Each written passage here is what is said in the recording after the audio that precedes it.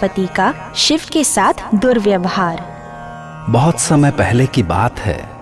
एक बार सभी संत, महात्मा और ऋषि मुनि प्रयाग में इकट्ठा हुए। उन सभी ने एक बड़े यज्ञ का आयोजन किया।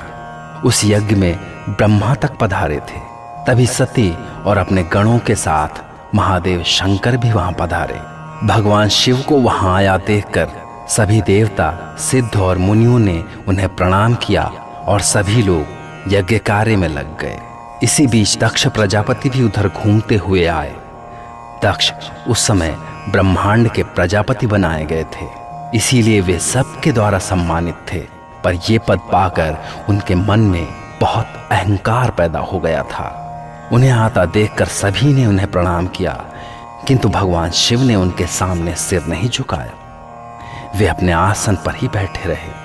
महादेव के इस प्रकार बैठे रह जाने पर प्रजापति दक्ष मन ही मन महादेव पर क्रोधित हो गए और उन्होंने सबको सुनाते हुए कहा, इस सभा में बैठे असुर, देवता, ब्राह्मण, ऋषि और मुनि सभी मेरे सामने मस्तक झुकाते हैं, किंतु जो भूत प्रेतों के साथ पिशाचों से घिरा हुआ बैठा है वो मुझे प्रणाम क्यों नहीं करता?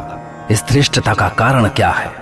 मैं इसे भयानक श्राप देने जा रहा हूं, पर इससे पहले यहां बैठे सभी ब्राह्मणों, इसे यहां से निकाल कर बाहर करो, क्योंकि ये तुम्हारे महान यज्ञ में भाग लेने लायक ही नहीं है।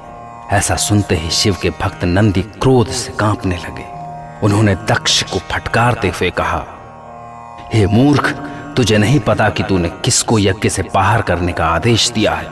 जिनके रहने मात्र से ही यज्ञ सफल हो जाते हों, उन्हीं महादेव शिव को तूने ब्राह्मणों का पक्ष लेकर यज्ञ से बाहर करने का विचार किया है। तो हे दक्ष सुन, जिन ब्राह्मणों के बल पर तूने घमंड में चूर होकर महादेव शिव को श्राप दिया है, उन्हीं ब्राह्मणों को मैं श्राप देता हूं कि यहां पर जो भी ब्राह्मण बैठे हैं वे भविष्य में केवल लालच के वश में ही रहकर अपना कर्तव्य भूल जाएंगे और अपना पेट पालने में लगे रहेंगे, भोग में लगे रहेंगे। उनकी बुद्धि भ्रष्ट हो जाएगी।